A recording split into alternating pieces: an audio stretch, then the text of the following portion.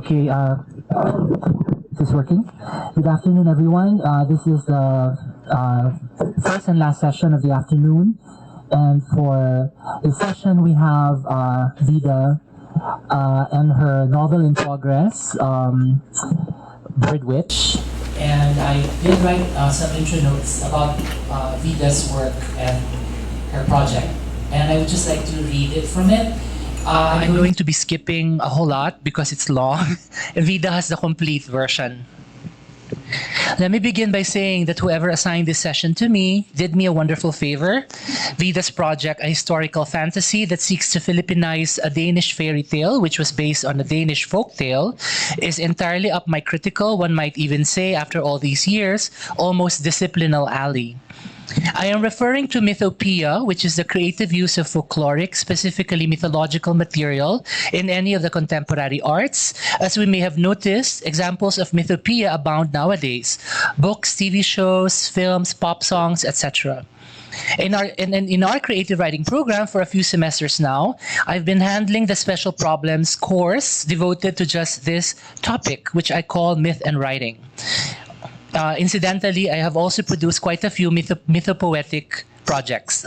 So I want to say that I'm a little more familiar with this kind of idea, and as such, I may hopefully be able to make some useful observations and suggestions.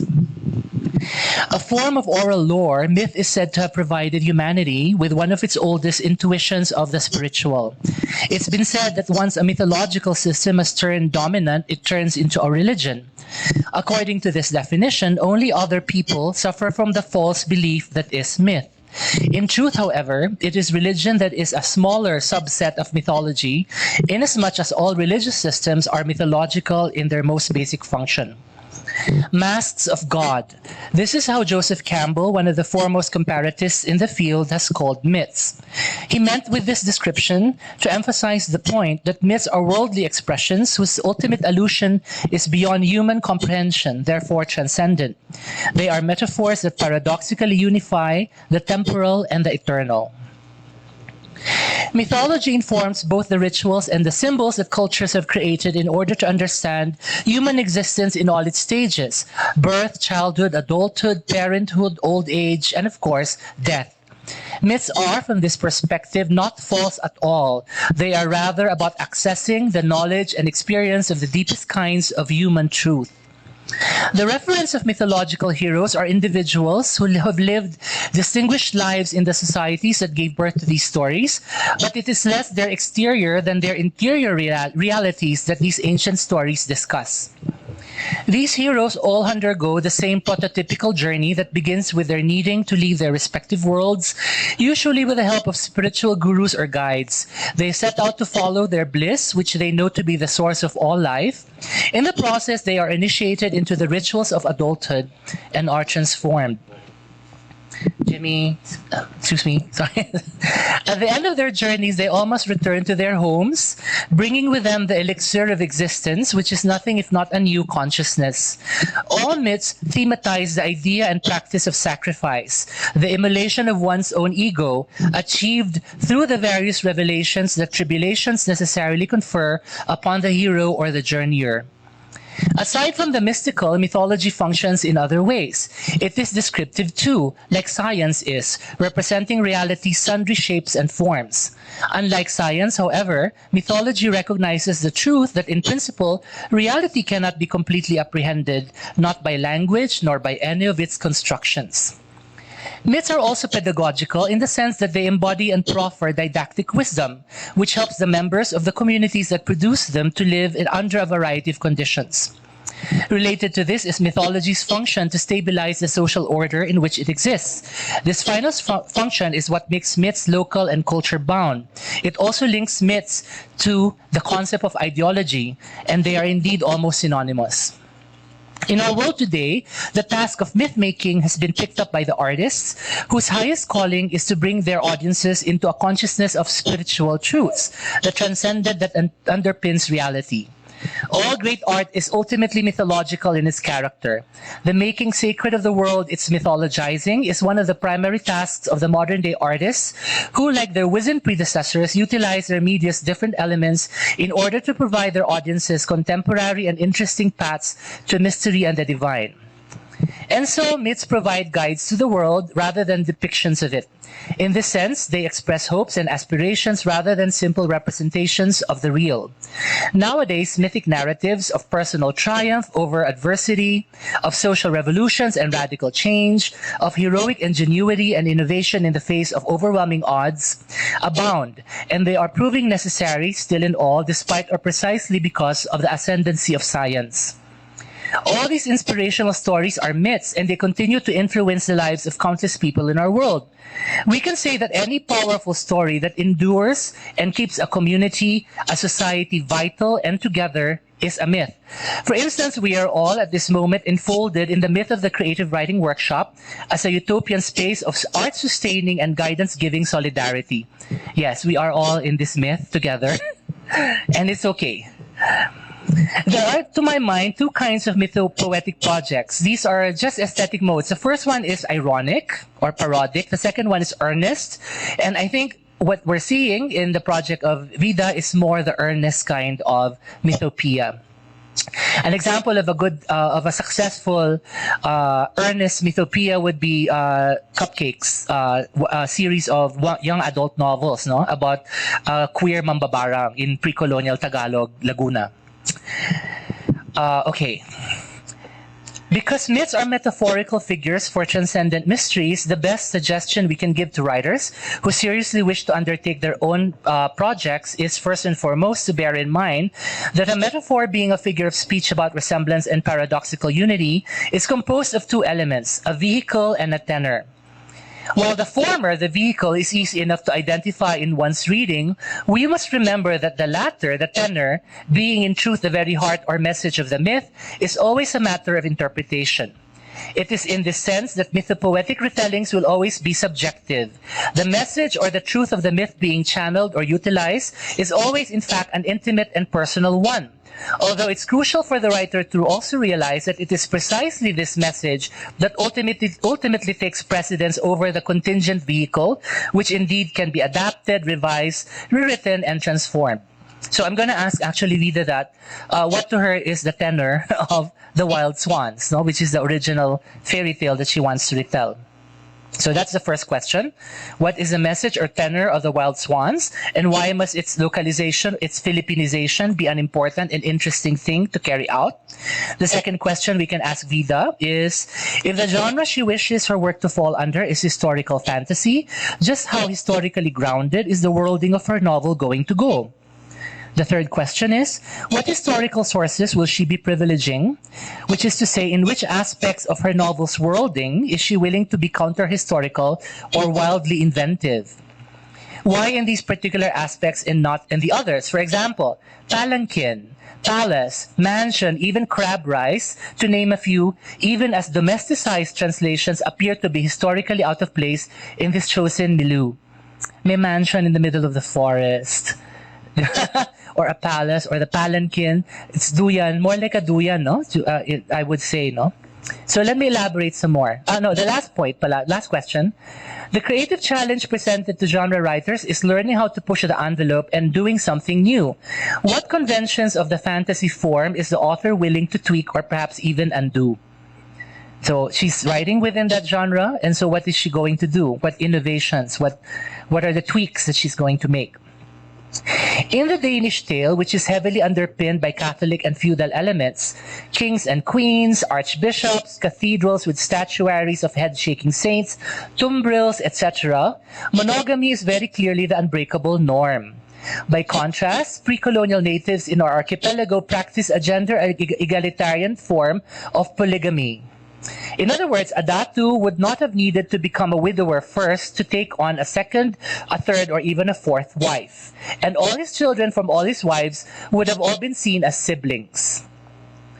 Also, the original Danish tale's proto-feminist singularity. This is the conceit of the fairy tale.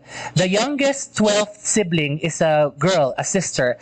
and she's small and puny, and she rescues the life of her 12 strapping big brothers. So it's a fairy tale that's really challenging. I mean, boggles the mind, right?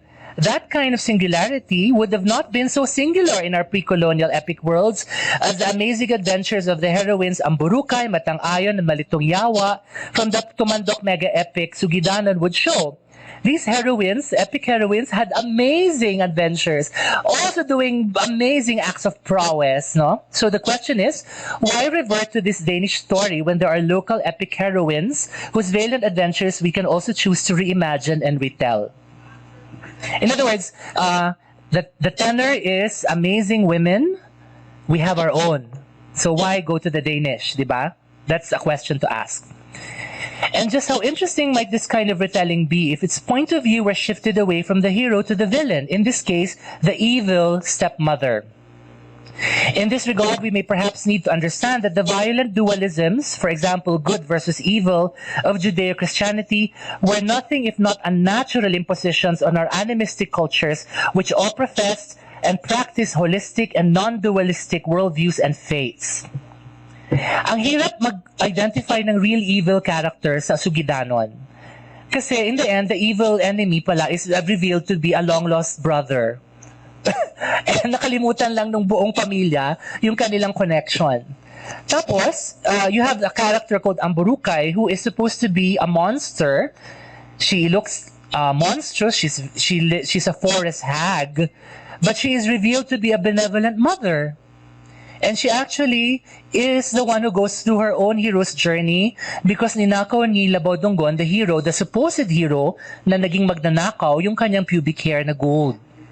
So she, in her book, she goes through an adventure to recover it. Okay? So the complexity of that kind of worldview na hindi dualistic kasi inaando niya yung oppositions kahit nire-recognize in the beginning. Okay, so as in the case of Amburukay's story, to me, the Danish folktale's insight pertains precisely to the primacy of inner seeing, of inward or insight itself. The princess's heroic journey is all about teaching her never to lose sight of the inner reality of the truth that hides behind the apparent and the visible. Her painful disfigurement, her muteness, her brother's avian incarnations, deep into the spirit that transcends all form. The same as the Sugidanon. That makes you look beyond the ugly monster, diba? Look beyond the heroic hero into the oneness of all the characters. So, I guess we need to realize that mythopoeia's transformative power can either resonate or not resonate, especially where the artistic intent includes cultural recuperation or heritage conservation. The best way to avoid mistranslating or misappropriating myths in the process of contemporizing or adapting them would be to more responsibly understand the complexity of their socio-cultural context, which is to say, to appreciate their full-bodied truth in the mystical, descriptive, pedagogical, and sociological senses. So, when you appropriate a myth, it's not enough that you get to the actual mystical insight of it. You also have to appreciate the context for the myth so that you can use the myth more responsibly. Now, I can relate with what Vida in her Poetics calls a compulsive, obsessive need for a pre-existent structure. Albeit, by luck of the draw, unlike her, I was never clinically diagnosed with ADHD. Although I'm convinced that the binary of neurodivergent and neurotypical, to which she unblinkingly subscribes, is mooted by the simple human truth that we all perch dynamically in a continuum between the two at various points in our lives. I believe we're all on an autistic spectrum, all of us. We are at different points in our lives, kind of perched on different parts of that spectrum. The same with the neurodivergent on one end and neurotypical on the other. So no one is exactly purely one or the other. Everyone is in the gray zone. Going by my own experience with mythopoeia, I'd like to encourage Vida to be more critical and self-reflexive about her use of mythological material by seeking to discover more of our own astonishing and copious folklores across so many cultures and so many languages on one hand, and on the other by reflecting more deeply about the mystical and pedagogical tenors of the stories she wishes to retell. In a way, she will become more keenly and creatively aware of precisely why she is choosing to retell them. Most certainly, not really to escape life, which she talks about, but rather to learn how to live better and more fully through the imaginative and therefore life-affirming power of art. Vida, your name itself performs this power. Vida.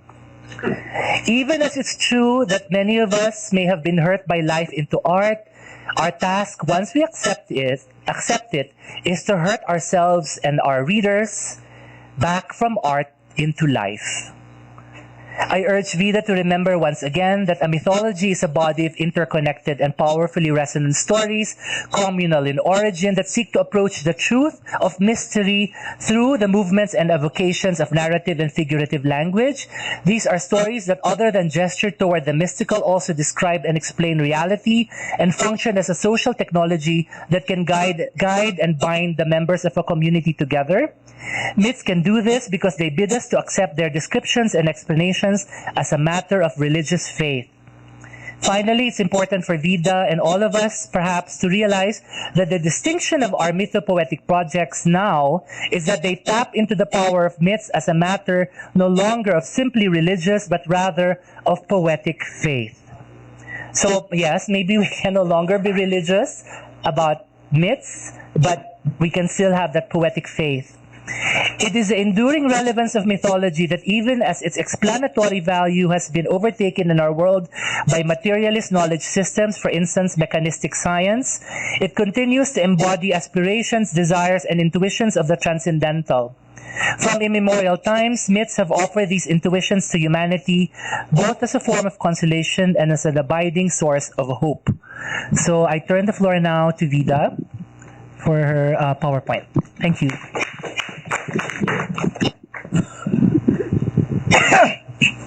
I'm sorry. I've been having a hard time breathing recently.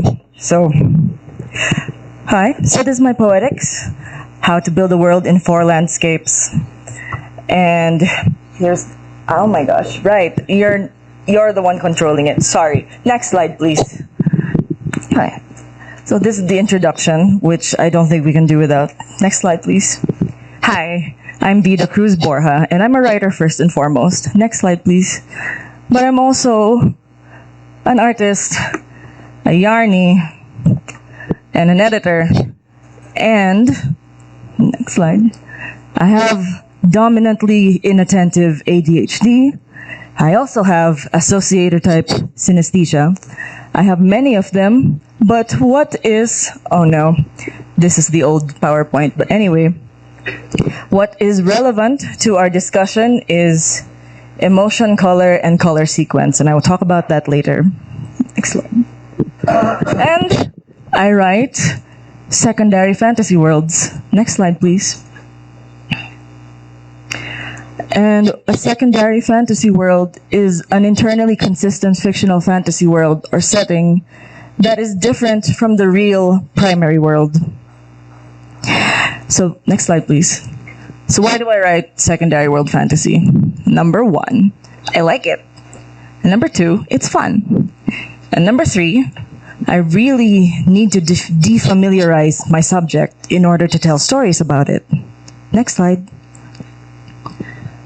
Right. So it was inevitable that I would talk about world building, otherwise known as setting, in this novel, not just because world building is essential to fantasy and science fiction, but because I have only given all of you 5% of the novel. There is another 1 to 2% in this laptop. The rest doesn't exist. In fact, the synopsis I have given you, I was forced to write in 3 days when I was told you need a synopsis, which means I have outlined the novel and now I'm all out of process. So going to a workshop and submitting unfinished work makes me more nervous than I thought I would be. Next slide, please. Okay, so we'll talk about the four landscapes. Next slide. So just a note, I have codified a portion of my writing process in charts and bullet points. I don't fill them out mechanically like a robot. These are just the visual articulations of the cogs in the machine, what they do and what they produce. We have the physical, the political and cultural, the emotional, and the folkloric. Next slide, please.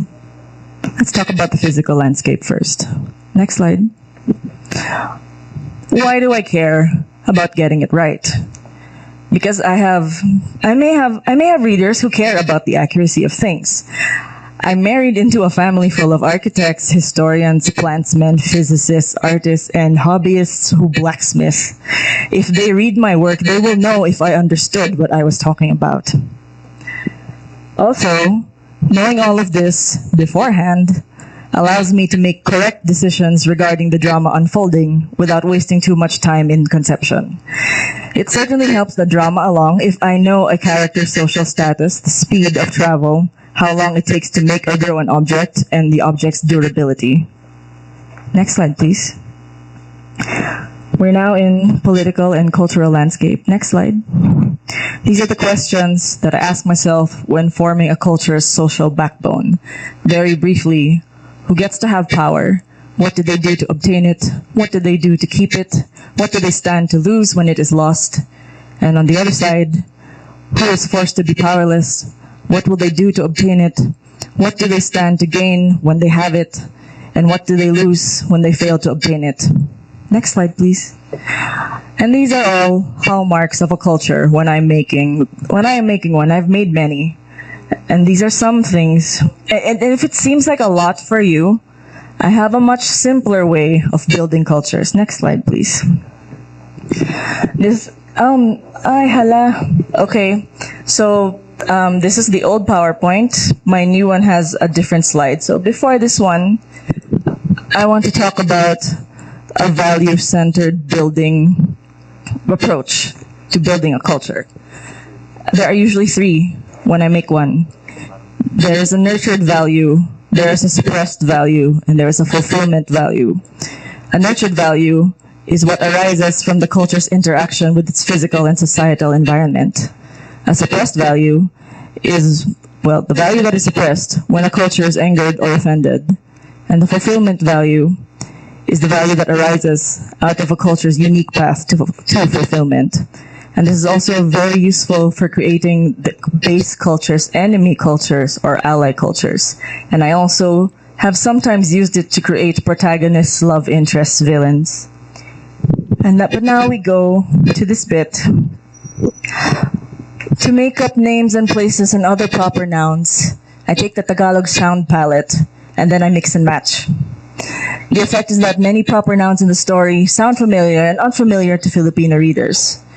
My problem with my novel is that I don't know yet if I should go all the way with it to defamiliarize everything, or just part of the way, defamiliarize some things. Next, please. We have the folkloric landscape. Next. These are questions that I deal with when I write retellings, because this one is not my first. Why this story and not others? Why do I want to retell it? What new thing do I want to say with the story as the frame? How faithful do I plan to be to the source? Will I apply the source tale's logic, often fairy tale logic, to my own story? And how will I balance the source tale's logic with my story's logic? And are my story's metaphors and symbolisms complementary or contradictory to that of the source tales? So when I'm writing a retelling, I'm always performing a balancing act between faithfulness to the source and faithfulness to my own vision. These questions help me navigate that balancing act. So why did I retell The Wild Swans? First and foremost, because it's one of my favorite fairy tales, and I have finally enough life experience to use it as a frame for what I want to say. Secondly, I was fascinated by the depiction of how far someone will go, not just to save their family physically and magically, but to free them from the generational curse that they are all under. In my learnings in psychology and in my experience, there's usually only one person who is willing to bear the burden of breaking the toxic patterns of their family. So the wild swans. And in my story, what happens when you must break the curse without using what you know and excel in? How far will you go when all your power but none of your agency is taken away from you? In short, my novel is very firmly in the millennial parental apology fantasy. But no one is going to apologize here. Okay.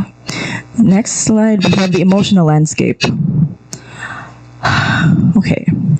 So, for me, a character's emotional arc is about how they relate to their world and how their emotions color their world.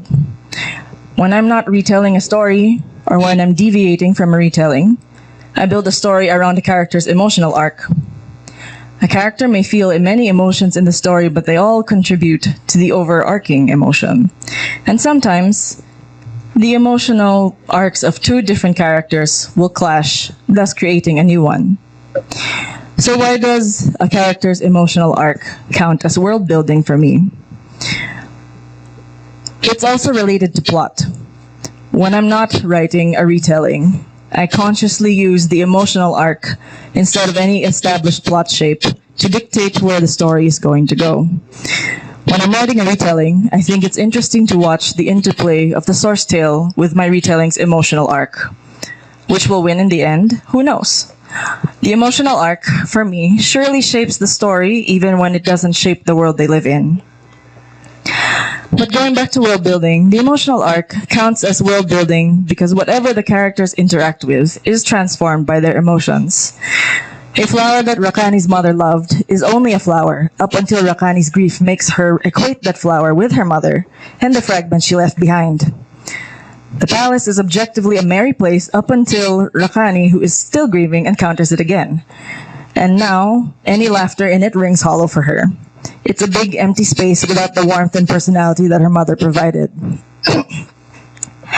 I like using the arc to describe the change of emotions because it implies that there is an evolution or devolution involved. Which means that if I were to assign a different color to each emotion, you would not only get unique color palettes for each character. When you put different characters, different emotional arcs against each other, or when you place them side by side, you get a rainbow. And speaking of rainbows, next slide please. On the left, we have a version of the color wheel. And on the right, we have Plutchik's Wheel of Emotions. Many others have created other emotion wheels that I find more useful, but I could not put it in here due to copyright.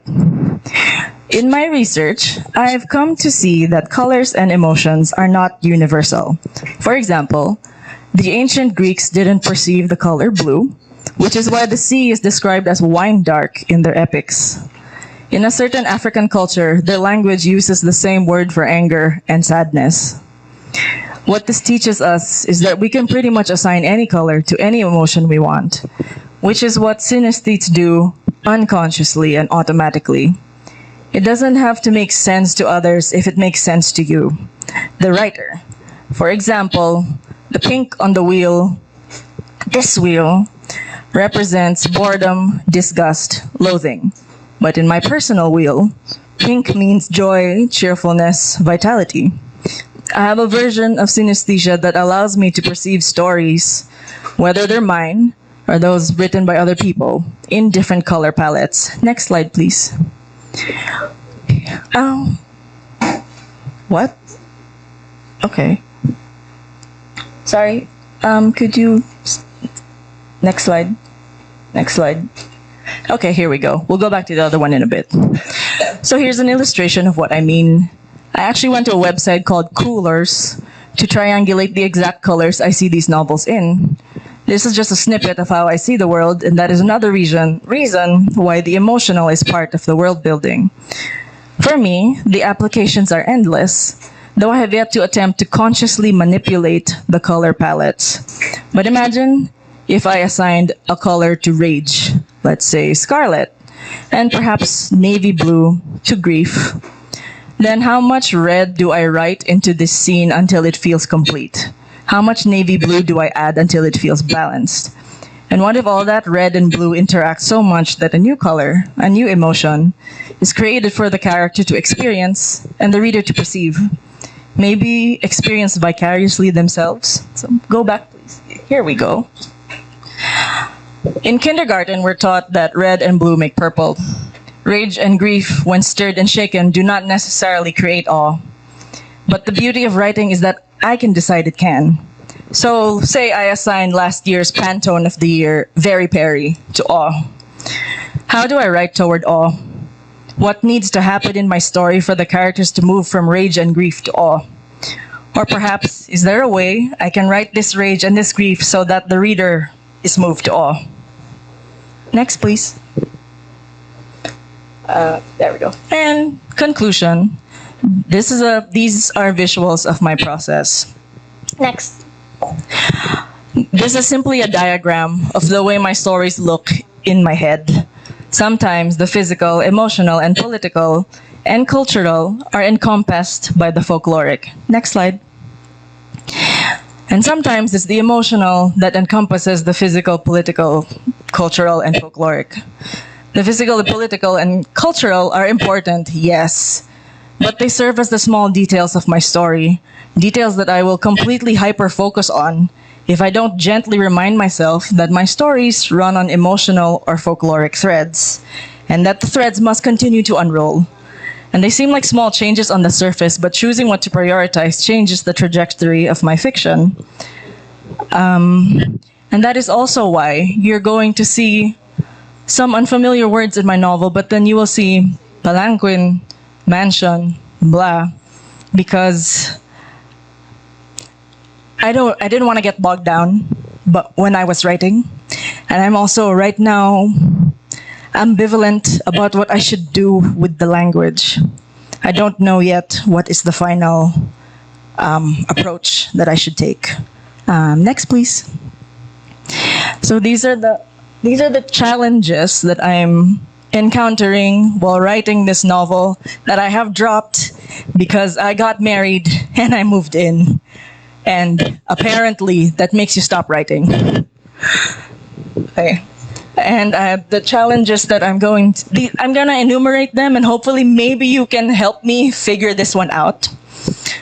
But some challenges that I've forgotten to add on this slide are the title. I've stated in my poetics that it's a tentative title. It's catchy and it works for an audience in the Anglophone West, which is where I intend to publish when this story is done. However, I'm struggling with both the positive and negative connotations of the word witch, because our Babaylan and Catalonan are so much more than witches. They're priests and they're shamans and there's so much more besides. And witch is something they became when the colonizers arrived. And to elaborate, I am considering changing the genders of some of Rakani's siblings. I thought of this because of how big media makes way too much money pitting women against each other. And what do they usually fight about? Men. And that's where this is headed. But I didn't want to. I'm trying this new thing where I write and don't think about it too much. At some point, I realized that the woman Rakani interacts with the most is the antagonist, Sibora. And what they are usually fighting about are her father and her brothers. What do Rakani and her fake friends fight about? Her brothers. I have an internal rule where I try to follow the Bechdel test in my own fiction. And that the Bechdel test basically has 3 rules. 2 women talking to each other about a subject that is not about a man. And I need to put more women talking to each other about topics that aren't about a man or men. And I've done it with the Bailanes Council, but I don't feel that this is enough. And I've defaulted to one wife because I actually have a draft where there are many other mothers. But it got unwieldy, and a friend of mine suggested that I simplify it. So this is what we've got right now. And I have, like I mentioned earlier, I have palanquin and mansion because I am ambivalent about how far to push the language. I've not yet decided what I'm finally going to do. And so many of these words are placeholders for what it should really be. And to answer Sir Neil earlier, I haven't retold any of our epics because I don't feel like they are mine as a Tagalog in Manila. And I respectfully do not touch them yet until I can figure out what is the respectful approach. And next slide, please. Thanks, I'm done. Any questions?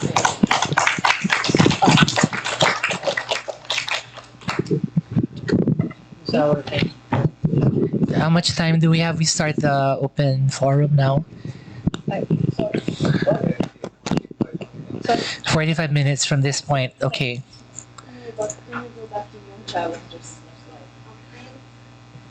So, there's something you want to see again on the slides? I was recommending that we flash The challenges slide, so people might want to keep reading it. Okay. Yeah, all right. So we're opening the floor now to the discussion. Luna would like to speak first.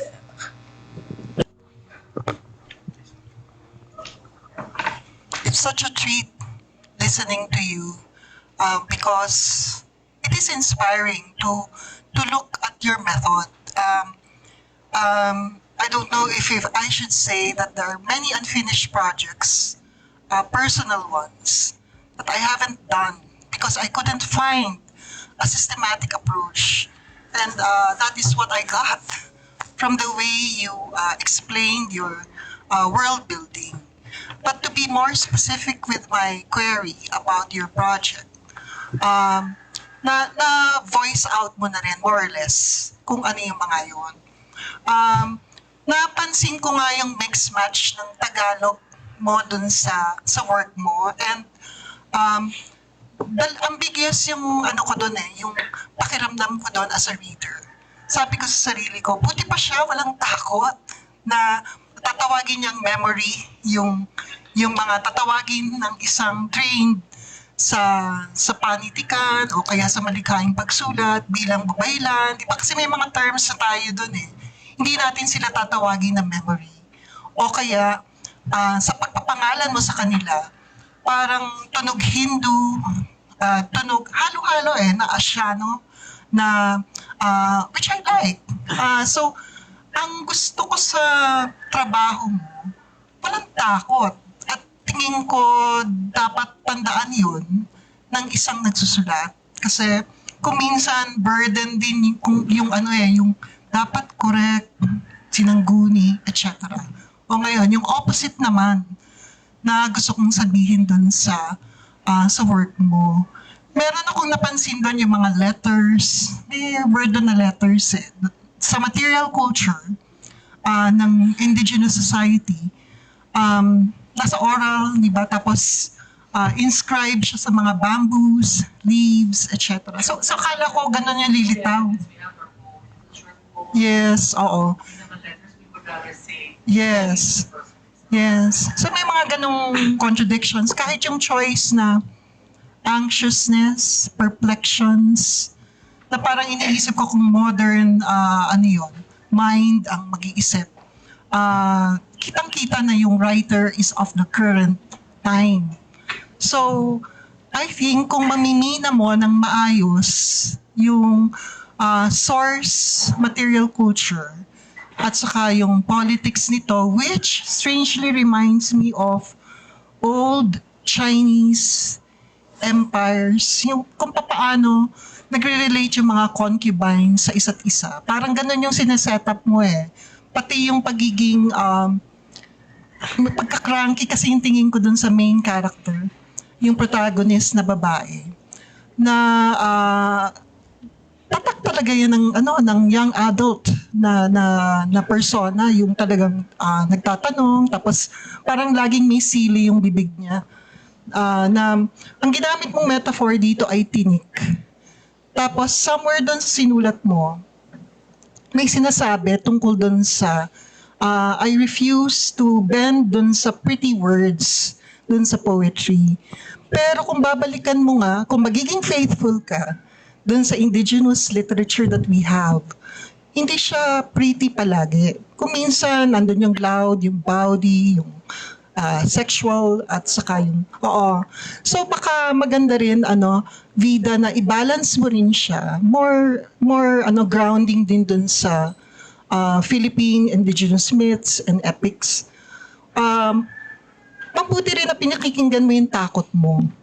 Pero, balansihin mo rin yung pagiging fearless. That is what I wanted to say. Yeah, thank you so much. That's so nice, no? You have to be brazen and undaunted to carry out such a big project like this.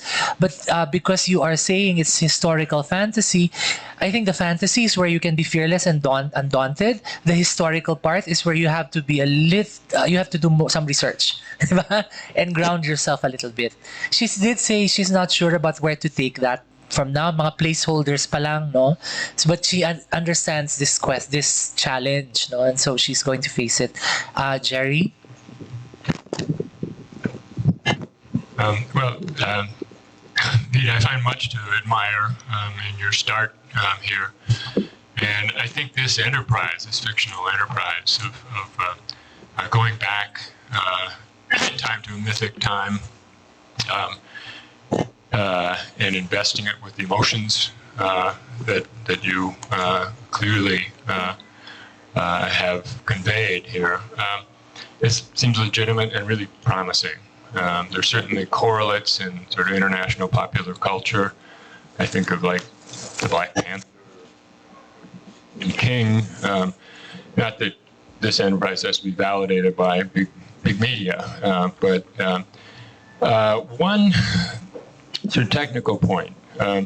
In your world building, I think there might be a need for a more conscious defamiliarization strategy with respect to the language of the narration. So it's first-person narration. I just, on page 173 is where I happen to sort of stop and notice this, but there are a number of examples. One, near the top of the page, after scowls darkened Sibora's face, half smile returned, though something about it seemed forced. Interesting. That's actually a line from, it's not a line from, but it's the line from Johnny Depp speaks in Pirates of the Caribbean at one point. And a little bit later,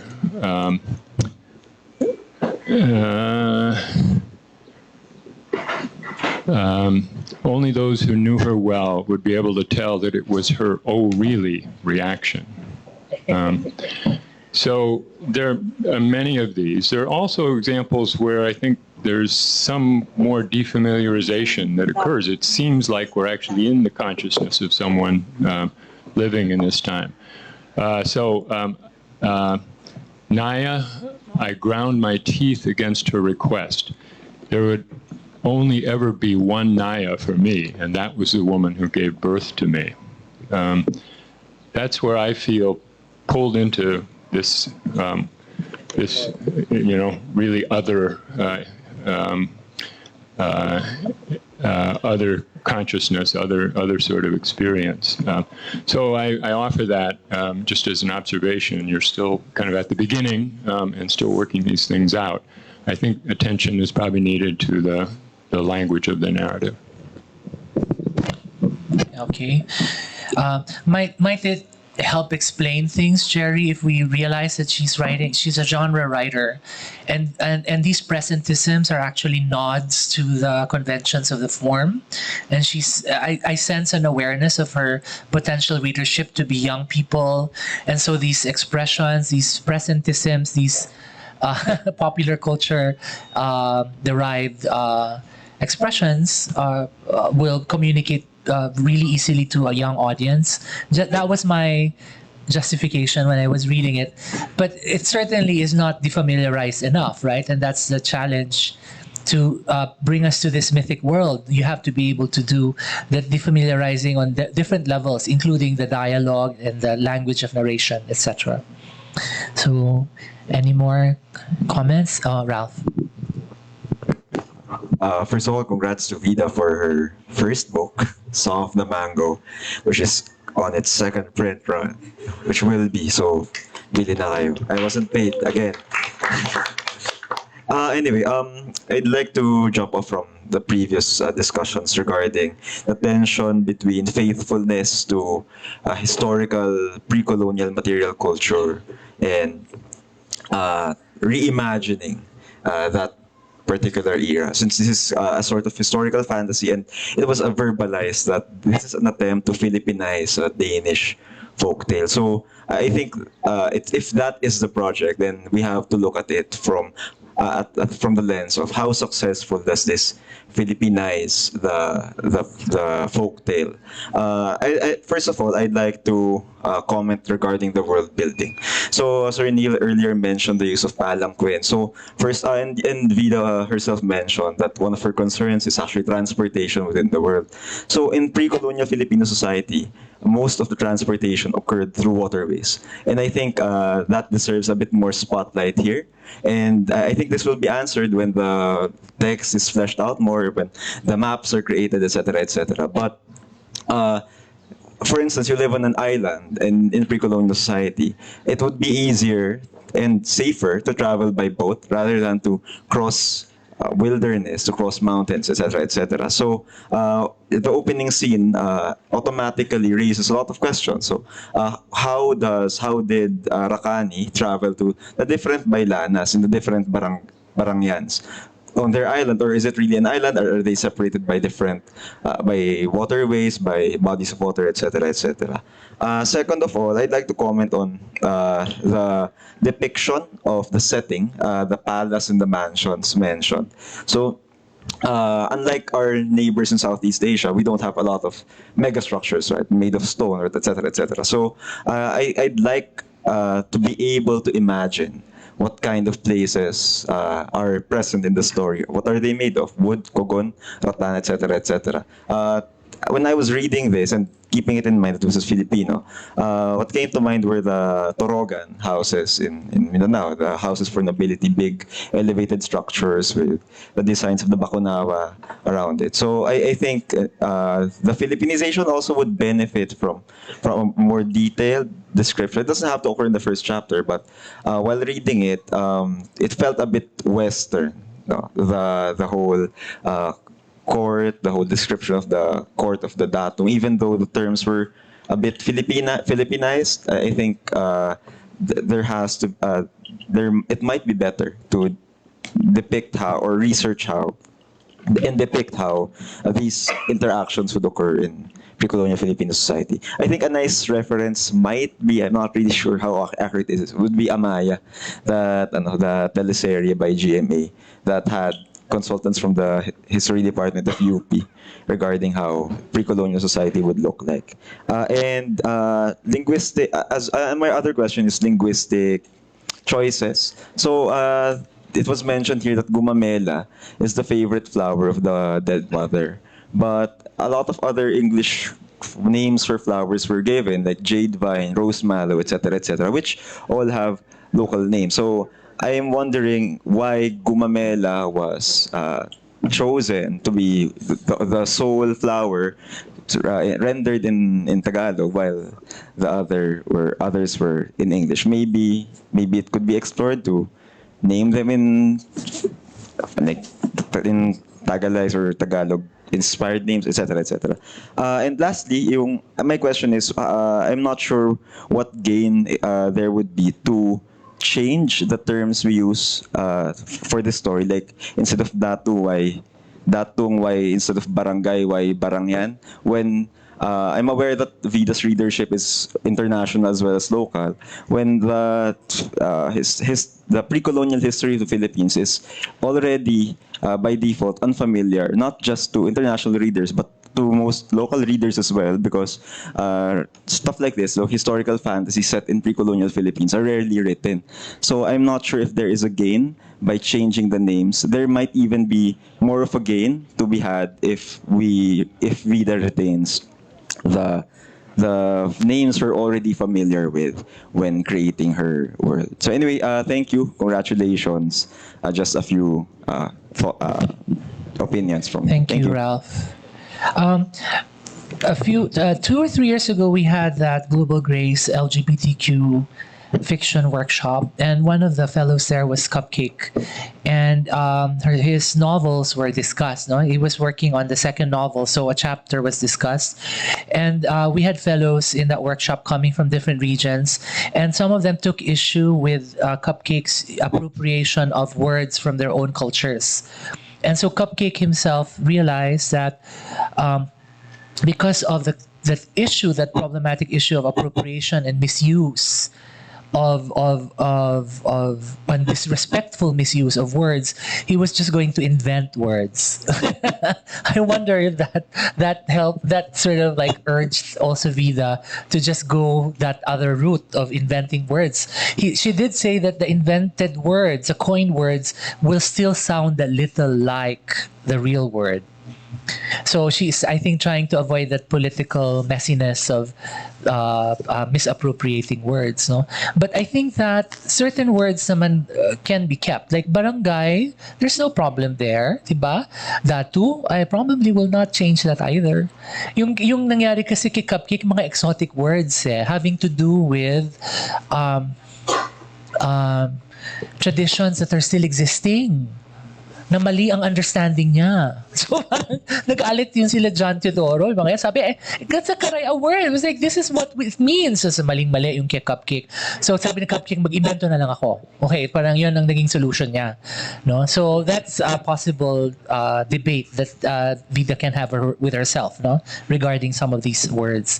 Dom, and then Bomen, after Dom. Oh, who's going to follow after Dom muna, Dom. Maybe someone will speak after Dom. Okay. Hello. Hi, Vida. First off, congrats. I already told you I liked it. And I liked it for a number of reasons, including, for example, what I told her before was that I could see, even though most of the siblings only have a couple of lines, I could see that they were already kind of distinct characters. It helps that they were a little archetypical, but it doesn't matter to me. I could see that they were distinct, and so that's I could see the skill there in concretizing them. And of course, I like the project as a whole. I find it interesting. I just have a couple of comments with regard to part of it's characterization, part of it is world building. So this one I'm a little on the fence on, so I'm not entirely sure. I'm not entirely sure about it. It did feel a little to me as though Rakani was very quickly hostile. And part of me was thinking, well, maybe later on, I'm sure there's a lot of baggage that's actually there, and that's part of what the story is going to go through, right? So I was thinking about that as something that's going to be explored later on, but it did pop up to me as that the hostility she carried was it emerged very quickly and very strongly, and I wasn't so sure entirely where it was coming from. And which brings me to the second point, which is that Sebora does seem so far to be very one-dimensional. And the one-dimensionality, it's kind of a caricature of kind of rich femininity. Even with the very dark red lips and the way she carries herself and things like that. I wasn't entirely sure how to think of that and whether that is, I mean, given especially what you yourself were saying about the challenges, how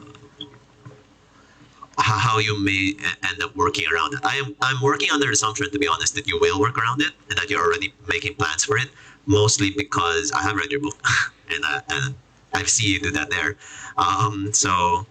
But on that note, because of that, some other forms of kind of somewhat on one-dimensionalities that I've noticed, which again, I'm working under the assumption that you're already trying to find a way to fix it, but so I'll just point them out. Apart from Sebora, apart from her being rich, her connection with the the Tangchinese, the Tangchinese merchants also felt a little strange to me for a number of reasons. One, I wasn't so sure about the accuracy of how the foreign merchants are being portrayed there, especially given the time.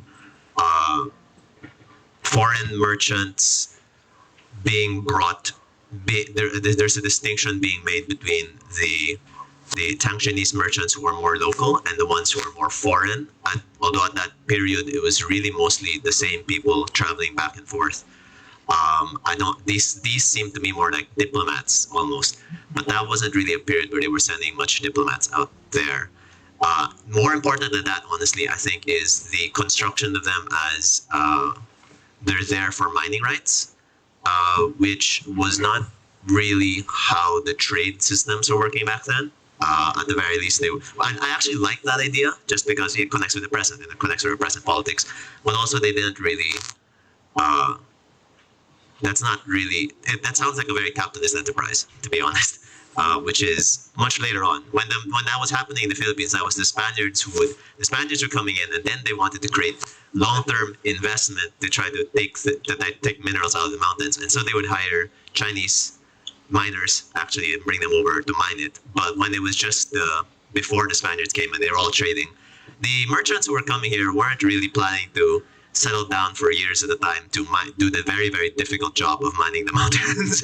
They just went it's already being done, and then they'll get the output from that. And then if they can't get the output here, they'll get it elsewhere. So there's a bit of I wasn't sure about the construction of it. It seemed to come from a place of the present day, very rightfully present criticism of foreign mining and things like that. Which I think is good. I'm just trying to figure out the best way. Perhaps you may try to weed that in. On that note, I was looking at the synopsis for Sibora and how things are gonna go. The ending seemed a bit strange. I know it was just written out of a month. I'm guessing you're gonna fix that. But the fact that she just lost out of nowhere seems a bit strange to me. More importantly, the construction of the Diwata there and kind of the world. I'm not sure how one-dimensionally good it's going to appear. I'm hoping it's not, because in my mind, I'm imagining or I'm hoping that, well, one, there's a reason why Sibora is doing what she's doing. Probably is very angry with her parents, her mother, and that may allow for some more complexity in terms of the presentation of the Diwata and stuff like that. Because, like in your own stories already, for example, in Song of the Mango. Well, at least many of the stories that I preferred the most, that I liked the most, were stories that precisely showed a lot of the complexities and problems, right? So Song of the Mango itself, there's a lot of class analysis, effectively, of pre-colonial culture and how it's not paradisical in any way. And then other stories like the one with the Maring McKinley, the heartbreak, right? Where very clearly you already have. There's a lot of criticism from the Catholics, which are kind of stupid criticisms from here and there. But then there's a criticism about, but taking away the heartbreak, I'm touched on about one of the stories in her collection. Taking away the heartbreak, is that actually what they want? Is that actually good? Which is kind of showing that, actually these mythological beings, although the project is trying to recover them in our memories and in our minds, that doesn't necessarily mean they're actually good. They weren't necessarily very good in their own stories. There was often a lot of conflict between human beings and the mythological beings. Are the Diwata here really good? Where is Sibora really coming from, right? And things like that. So, I am working on the assumption you're working on that. So I'm just bringing it up for just so you know also that I'm waiting for you to work on it. I guess. That's all. But I loved it. Thanks, Dom. So, Bomen. Okay. Salamat dun sa kwento mo, Vida. At syempre nakaka-interest itong effort na i-adapt ng isang kwento like Wild Swans, Hans Christian Andersen, tungo dito sa ibang context. And of course, hindi ito yung unang pagkakataon na may effort na ipasok sa Pilipinas in a way, yung mga gawa ni Hans Christian Andersen. Of course, there's a full history siguro of children's lit that consciously or unconsciously draws from that. Pero siyempre si Jose Rizal is, once again, is the first guy, ano, na nag-translate ng mga kwento ni, not Wild Swans, ano, but ibang mga kwento ni Hans Christian Andersen patungo sa Tagalog, no? Quite an interesting project na, also mga fables and Hans Christian Andersen in particular, na you would also think, no, how did Rizal do this? He did it through German, as in, kasi Danish is a small language, no? So it's not really, not very many Europeans can read Danish.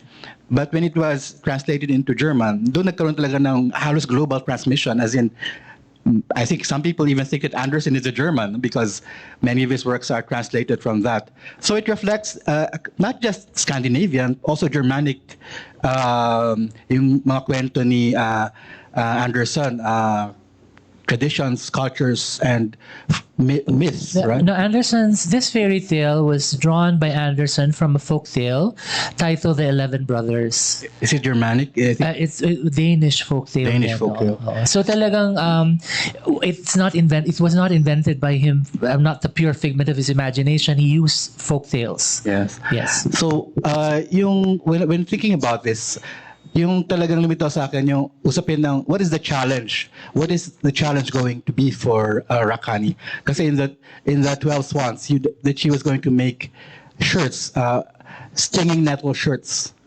That means this is painful to make because the material you're using to make these shirts are poisonous. They sting and they need treatment. And she had no power of speech. She couldn't talk. No, She couldn't speak.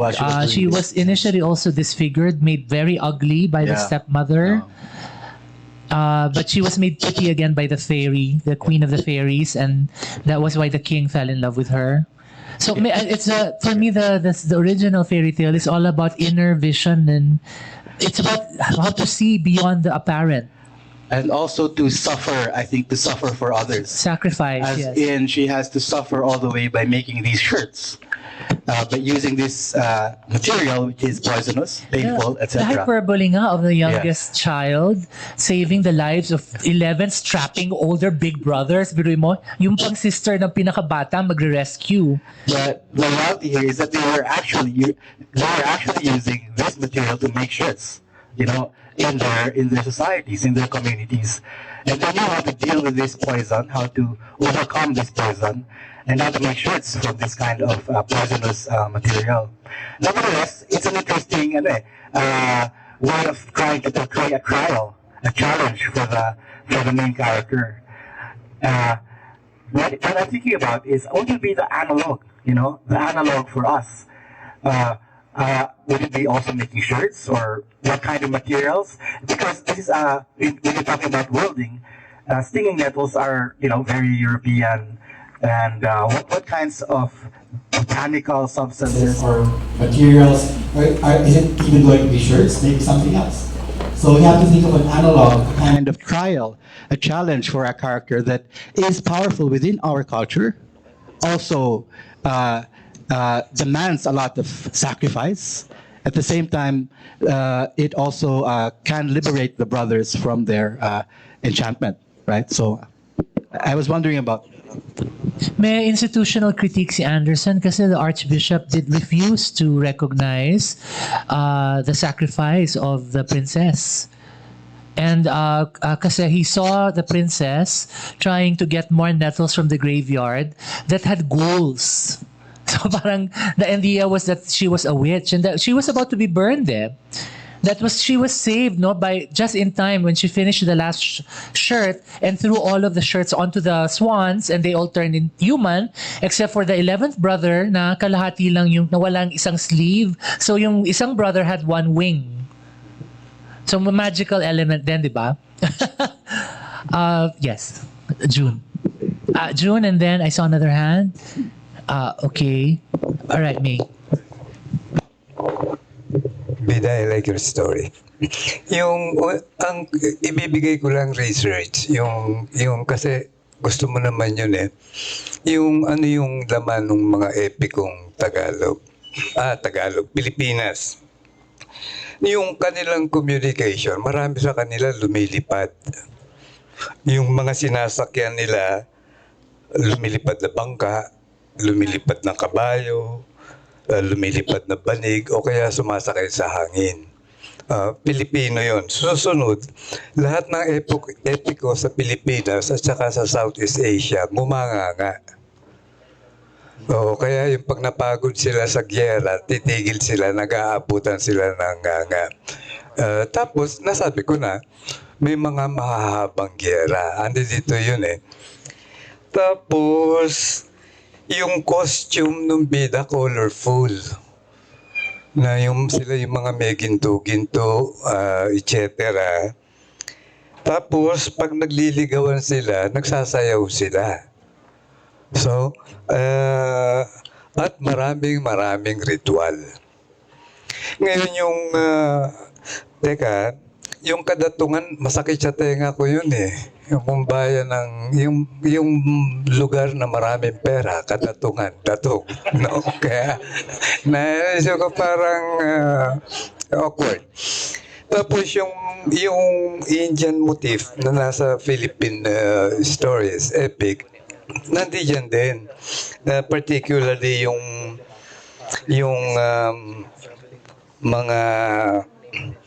yung intriga na eventually magiging telenovela.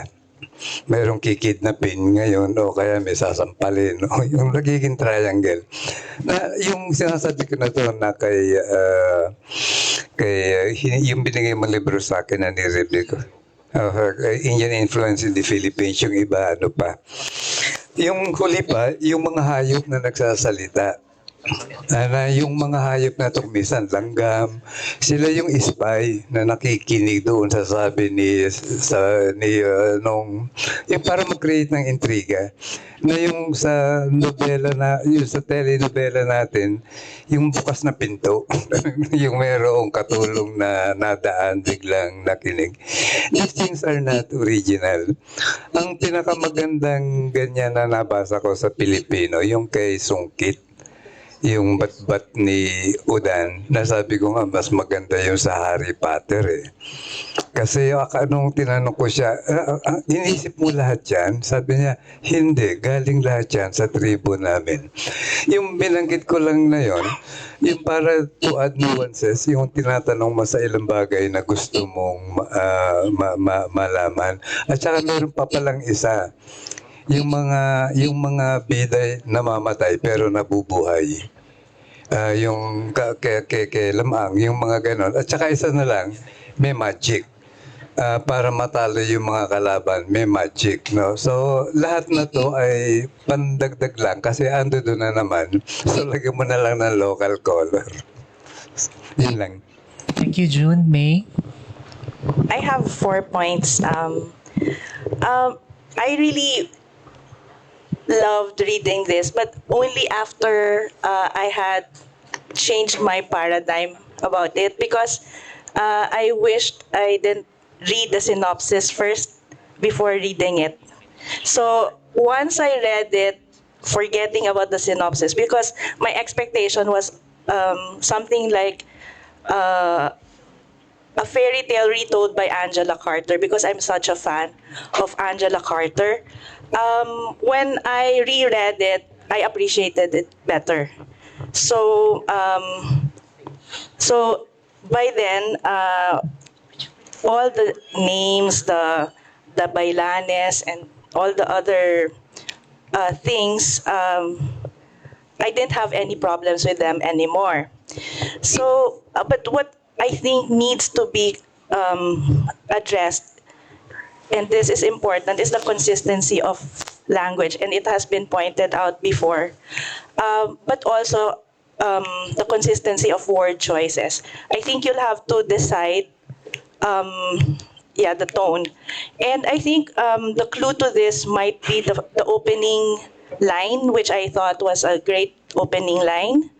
My brothers have often said that I was born with a mouth full of thorns. Maybe we should not stray too far from that tone and the word choice. It sounds younger, but then the readership that you're aiming for, I think, is younger. So some words like smitten, just really stand out, and I cringe at it. Kasi tapos si Borja would almost have this almost Shakespearean lines na, come, let us shelter from this heat. Parang, come, let us away. Parang malaganyan siya. So, I think you'll have to not make it too disparate yung tones nila, even if a character sounds younger and another character sounds older. I think there has to be some consistency lang. And I think the simple solution might be just to junk the Wild Swans inspiration. Take it wherever you want to take it na. Am I making any sense? Yung parang, don't make it a strict retelling. So if it takes you to another direction, I think you just let the inspiration take you there and see what comes out of it. I think that's... Oh, wow, that sounds like a major reworking. No naman. Parang, kasi I think parang taking out the synopsis, parang forget about the synopsis, work with this already. Parang, you don't have to change anything here. The frame kasi of the original synopsis. fairy tale is what made the synopsis the way it is. Because even the way the synopsis reads seems like it follows the way the fairy tale also ends, which is happily. Yeah, but as a reader, I don't think I'll read the synopsis because it won't appear in the book.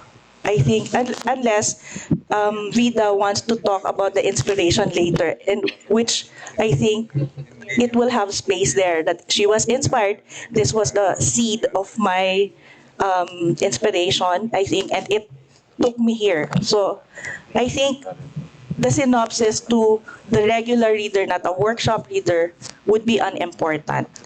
So I What think is that's important is what you're what is in saying, the May, is text. another kind of mythopia that's not really a retelling, but simply taking off or being inspired by a myth and doing something else. Diba?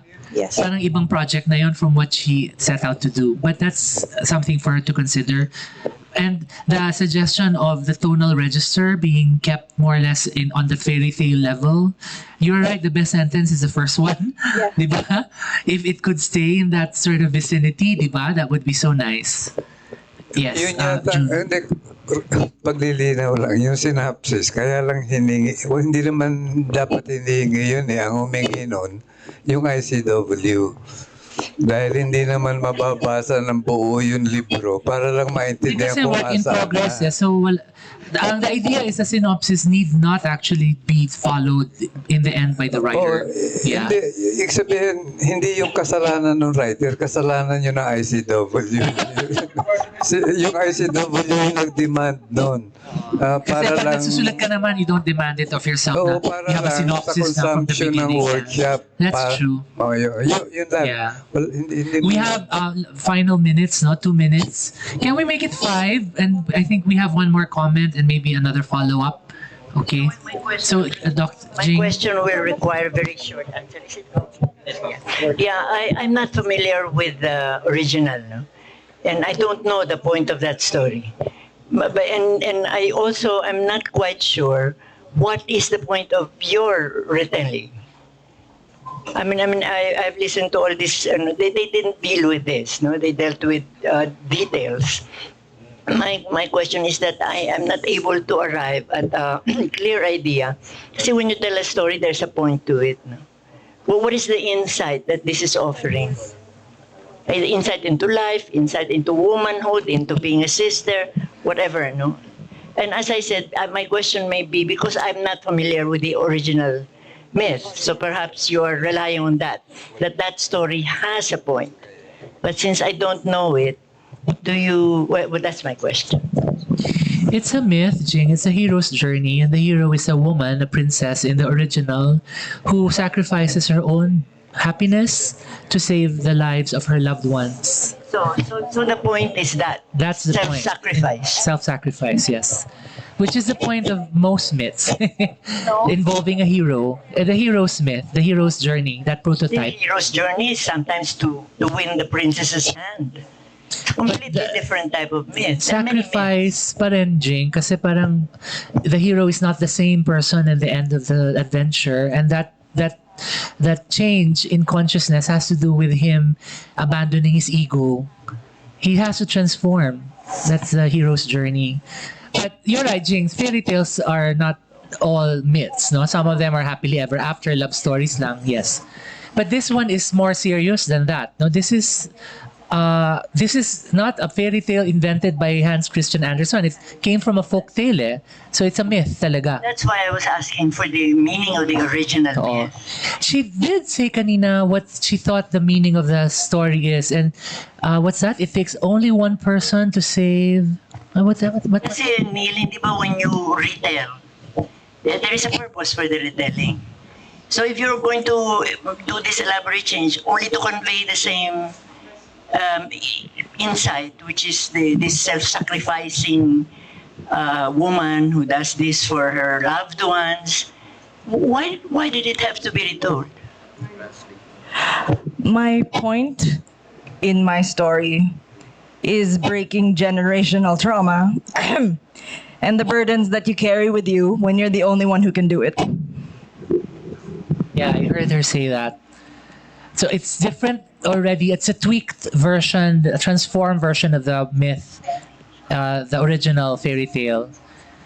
Because this is about generational trauma, right? So it's different. It's already different. But yes, 2 more minutes and last point na. If we have one more, Vlad. Because we will ask her to react actually. Yes, so one more and then she'll react. Short question na kahit nga si Vida o kahit kayo sir bilang moderator yung sumagot. Yung bagahe lang ng pag-refer sa original na fairy tale, kasi parang nag-push and pull tayo doon. Sa inyong assessment sa ganitong klaseng project, how much ba na should we refer to the original, pati yung cultural na pinanggalingan? May part din kasi si Vida na parang sinabi mo na gusto mong i-abandon to a certain extent. So, sa inyong tingin sa ganitong klase ng project, ano ba yung tamang timpla ng She said she wanted to retell the story because she loves this fairy tale and she wants to own it in her own special way. And I understand that. I did that a lot also in my poetry. I would use an original legend or a myth, and then I would retell it in poetic form, and it would transform a little bit, you know. It's a valid project. I think many writers do that too, no, when we retell, no. But the idea of generational trauma is not in the original, and that's, I think, her value added, and that's her challenge, diba? To make it different, no. So maybe we can't strictly call it a retelling anymore.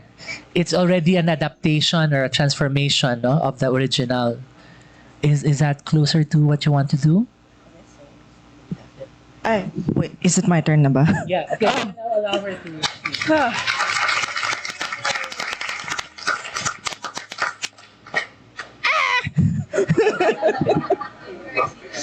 It's a lot, huh? Because she wrote everything down. That's a lot to unpack. Okay. I've written down everything everyone said, and I've highlighted the ones that I can respond to. So we've got Gumamela, but we've got Rosevine. We've got I forgot Rose Mallow and Jade Vine, and the reason for that is wala akong mapagtanungan, and Google failed me. So if any of you is willing to be my friend and help me with. Oh yes, thank you. That's so funny because like my brother-in-law is so good with plants, but even he cannot tell me this. So, so what gain is there to change the terms that we use? Actually, Sir Neil has answered this a bit. And you made me wonder because I've changed the terms. I don't remember if this PowerPoint said it, but this novel is in the same world as Song of the Mango, which is the lead story in my collection. And it's not the first I've written in this world. And I'm wondering now kung dapat, if I should completely break away from that and just make a new one entirely. I mean, it's not a problem. And it's still early in the project, so. And yun nga, I changed the terms. That's more for me. That's more of an accommodation for me. And I'm worried that if I use those other words that you mentioned, yung ibang words that we already know, they're too loaded. And so I defamiliarize, because part of defamiliarizing means for me that I am very, very free to invent every other custom, every other ritual. And someone is going to tell me, pero mali, it was like this before. And I'm like, I would like to return everyone's attention to the fact that this is a secondary world fantasy. It's inspired by pre-colonial Philippines. I cannot completely set it there kasi there's a lot of research material I don't have, and I don't have the money for, and I don't have the access to, because I'm not an academic. So Dom mentioned earlier that the presence of the merchants who are Chinese, what's the word for it? They're the analog. Yeah, that's right. That's right. You're right. I mean, there's not a mining rights thing in the past and all, but this is my chance to make some modern day commentary, and that's what writing in a secondary world fantasy allows me to do, because I can comment on the modern day stuff too. What's going to be the challenge for Rakani? It was nettles in the source tale. And originally I was like, baka pinya, mukhang mahirap yun. I researched it, and then I found out that, we imported that from South America. And this is where the ambivalence comes in again. So how closely do I want to hew to this? So now I'm kind of flopping back and forth between pinya and abaca, which is also very difficult to farm, to grow, to make things out of. And no, it's not only shirts. Let's see. So, yes, okay. So how much should we refer to the regional tale? My God, I don't know. I'm at the point where I don't know. We'll see later. I'll tell you later. Right, thank you, everyone.